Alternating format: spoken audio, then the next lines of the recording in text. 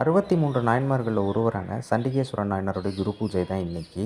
தை உத்திரம். அதாவது இவருக்கு பார்த்தீங்கன்னா, விசார சர்மர் தான் இயற்பெயர். எச்சதத்தன் மற்றும் அதேமாரி பவித்ரமைங்கிற மகனாக பிறந்தார். இவர் பிறந்த ஊர் பார்த்தீங்கன்னா செய்ங்கல்லூர். இது திருப்பனந்தாள் போகிற வழியில் இருக்குது. செய்ங்கல்லூர் சத்தியகிரீஸ்வரர் கோவில்னு ஒரு கோவில் இருக்குது. அந்த கோவிலில் இன்று வரை பார்த்தீங்கன்னா, பிறைச்சந்திரன்லாம் போட்டிருக்கக்கூடிய அமைப்பில் இருக்கக்கூடிய ஞான சண்டிகேஸ்வரரை இங்கே மட்டும் தான் நீங்கள் பார்க்க முடியும்.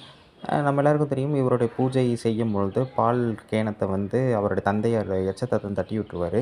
அப்போ பக்கத்துல இருக்க அந்த பூவ இப்படி போடும்பொழுது அது மலுவா மாறி, அவர் கால வெட்டின பிறகு சிவபெருமான் ரொம்ப மகிழ்ந்து, "இனி நீ எல்லா கணங்களுக்கும் நீ தான் தலைவன்.